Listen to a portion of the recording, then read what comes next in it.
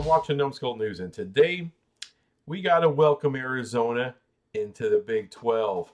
Of course, they will never come, right? Well, I'll be damned. Now, it's not official. Ross Dillinger has reported that the Big 12 have voted to unanimously to bring Arizona into the conference, and they're not going to do that shit unless it's actually happening. And just as it was with Colorado, they're coming on Friday. Well, it's Thursday night, late as hell. And I've been looking out all over Twitter for signs of life and the signs of Arizona and whatever else. And it's coming. It's happening. So I figured I might as well make a video. Since I'm going to have a bunch of family in town, it's going to be hard to do any kind of live stream tomorrow. So here you go, a damn video about it. But now we can start really pumping out our chest about the basketball side of things in the Big 12. Arizona, Kansas State, Baylor, Houston, Texas Tech. I mean, damn. This is a home run, people. This is a home run with Arizona. Absolutely. Now, Arizona State and Utah, according to Ross Dillinger, is going to take a little more time. And according to Jim Williams, they have been calling the ACC, trying to get in there. Now, look, there was also a report of Utah, calling Petiti over there at the Big Ten. Don't blame them at all for calling the Big Ten. They'd be stupid not to, just to see if there's a seat, maybe, possibly. Of course, there's not. But calling the ACC, I know that commissioner said, hey, we're open to some expansion, but I mean, he was asked a question, and what is he supposed to do? Poo-poo the idea and make his conference look weak and pathetic? No, he's got to say, yeah, the ACC would, we're going to take a look at every. He's got to say that stuff. Because in reality, they're not going to add anyone. I mean, Texas and OU blocked any kind of additions until they left. USC blocked any kind of additions until they left. That's exactly what Florida State, Clemson, and Miami are going to do. They're going to block everything until they can leave. They're not going to divvy up that pie any more than it has to be. They're not going to cost themselves any money because they're already pissed about not getting enough money. So it's not happening. It was never going to happen. That kind of pisses me off as a Big 12 fan. You're going to go all the way around us to the ACC where they make less money. I mean, as far as just the media rights deal is concerned, they make less money than the Big 12 teams. Now, you add in ACC Network, a few other things, they make a little more money. But that's, you know what I'm saying. And plus the travel, the travel. Son of a bitch. That pisses me off. I mean, Big 12 fans already had a hard enough time stomaching Utah coming in, especially with the fan crap. To me, it's a good business move, even though the fans have been a little bit of bastards, especially on Twitter. Kind of overlooked that because it's a good business move, and I think they'd be all right. Arizona State, fans haven't been as bad, but their leadership, leaves a little bit to be desired on the athletic front. Even though they're, Mr. Crow might be, the shit when it comes to academic leadership, he's not as much with the athletics. And then there's Oregon and Washington. Chances are, like I've been saying, chances are they'll go to the Big Ten. I was a little skeptical though, especially of when you add Stanford and Cal into the mix. And yeah, that's the report came out that they're not going to go above 18 right now. They still want to know what's going to go on with Notre Dame and a possible ad from the ACC. So they're going to hold off on anything like that. I was skeptical also of Oregon and Washington just because, there's a lot of smoke. I understand that. And, I couldn't deny it. But, maybe they found a way to smooth over things with some of the presidents in the Big Ten, make things palatable for them. Who knows? It has been talked about for a long time, months before, that Oregon and Washington were dilutive going to the Big Ten. But if you got your media partners willing to pay them, then maybe not so much. But also, the rumored deal is $30 to $40 million. $30 to $40 million a year. That would be their share. And that's not great. That's not great. I was thinking maybe 45 to 50, somewhere in there, but 30 to 40 seems a little bit low. And I think now, at least on the reporting side of things, I can't remember who put it out there on Twitter. There was a bunch of it was just a whole slew of crap today, especially this evening, and apparently that's caused a little bit of trepidation from either Oregon or Washington or both about going to the Big Ten right now. What does that mean? I don't know. It ain't like they're going to go and do an Apple deal, and that's probably why the Big Ten's lowballing the shit out of them. Then comes an interesting question, though.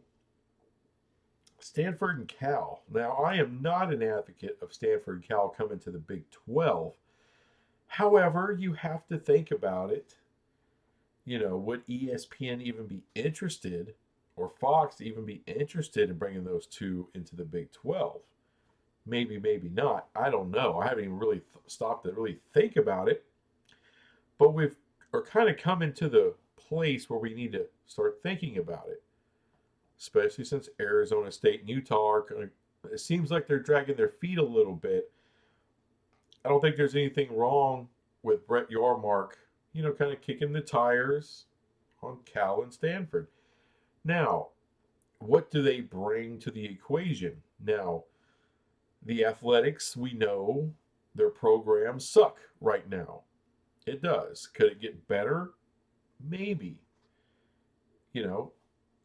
Maybe if, I don't know, if Brett Yormark talks to them, because, they're not really buying into the whole NIL thing. They don't like it.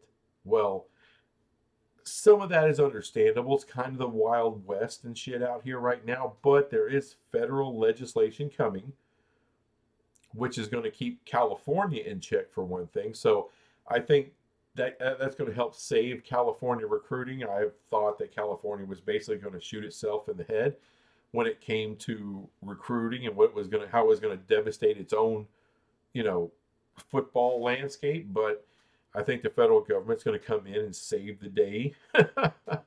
And because when they pass legislation, then the states can't go against it. So once that happens, then that'll negate any stupidity from the government of California. So I once again may be open to adding California schools, but Stanford and Cal, like I said, just from a football or basketball standpoint right now, is just really kind of gross. It's not good.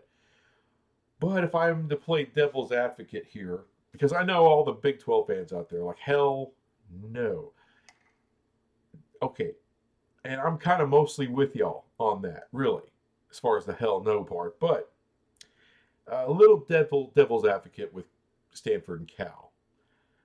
It is a massive market, and there is a lot of prestige with those two universities. I'm in Fort Worth. As far as prestige goes, it's like an ounce of prestige is worth like a bucket of piss around here. Like, we don't really care about prestige, but media people care about it. People who write contracts might care about that. You're talking about two of the best academic schools in the nation. Stanford's always in the top 2 or 3, and Cal's not far behind them. So what does that do maybe for future expansion into the ACC? It's kind of hard to look at this as a trailer park if we have Stanford and Cal, and then you add other AAU schools like if we still add Utah, Arizona State, Colorado's AAU, of course, Kansas is, and Texas Tech being a R1 research facility.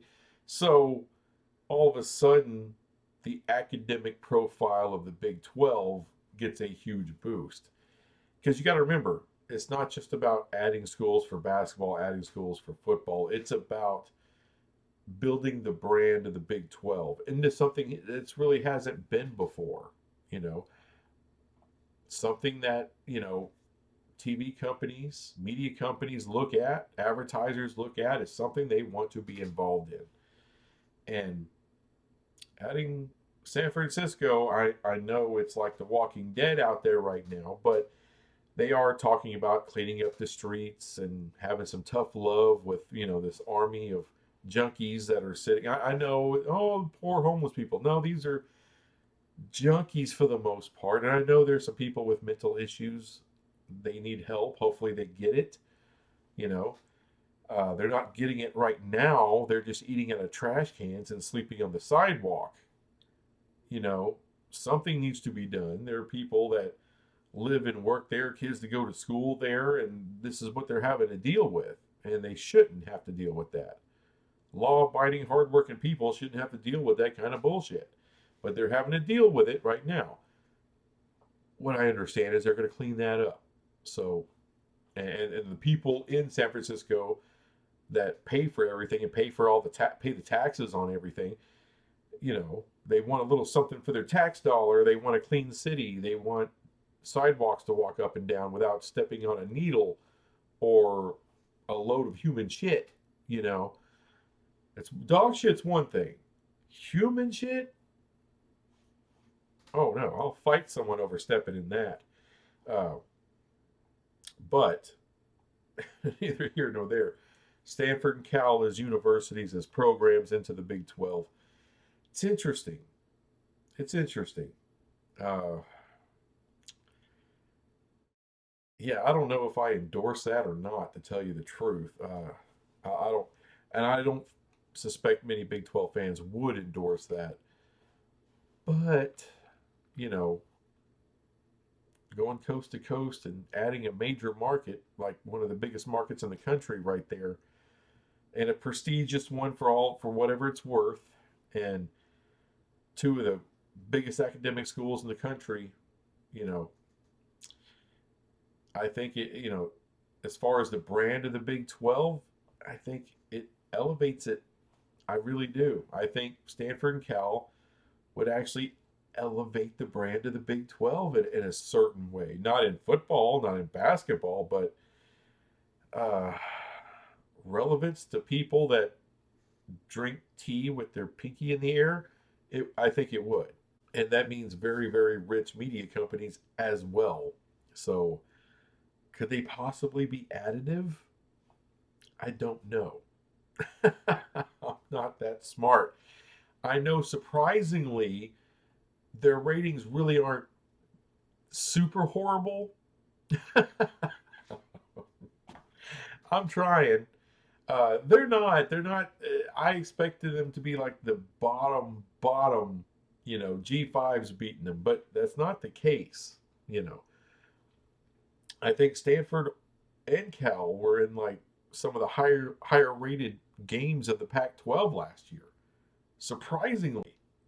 So they can draw, and they are in a market that has a huge population. I know they're, mostly not Stanford fans or Cal fans, but if Stanford or Cal is good, I can only imagine what the ratings could possibly be there. Probably better than you think. So, I mean, at least judging from what I saw last year, through looking through the ratings of the Pac-12 and looking at different matchups,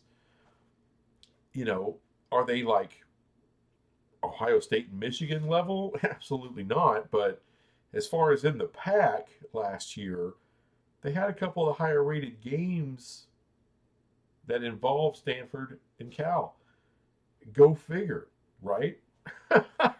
So maybe there's something there worth adding. You know, like I said, Stanford, I could see them getting good at basketball again. I could see them getting good at football again. Especially if they realize that NIL is not going to be Wild West crap anymore, that it's going to be regulated, it's going to be handled in a professional manner where it protects the student athlete, then maybe they're more on board with it. And you're talking about an insanely rich university, and I don't think NIL would be a problem for them if they actually went, got involved, got their boosters involved. There are boosters in Stanford. Cal, I really have no idea. I know they're broke as shit. I don't think they can afford a move to the Mountain West. They may just stop playing sports. Maybe try independence, but that's hard. That's a hard sell. It's hard to do. It'd be hard to do for either one of them. To tell you the truth, and as far as keeping your sports, I mean, I guess they could do it, but it's a struggle. It's a struggle. I would entertain it. That's all my suggestion for Big 12 fans is just when it comes to Stanford and Cal, entertain it. You know, write out all your negatives in your head, or actually write them in a notebook or something, and then think of the positives. There are positives to Stanford and Cal being in the Big 12. It may actually be beneficial. So I'm sure there's going to be more talking points about that over the weekend, probably in the weeks to come.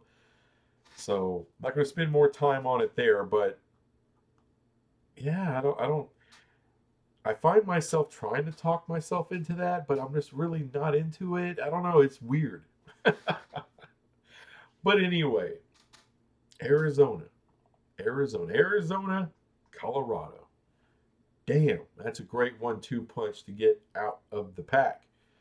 It'll be interesting to see who else comes along. And I still hope somewhere, UConn gets its way to the Big 12. We got to do that. Like I said, we add in a powerhouse of Arizona.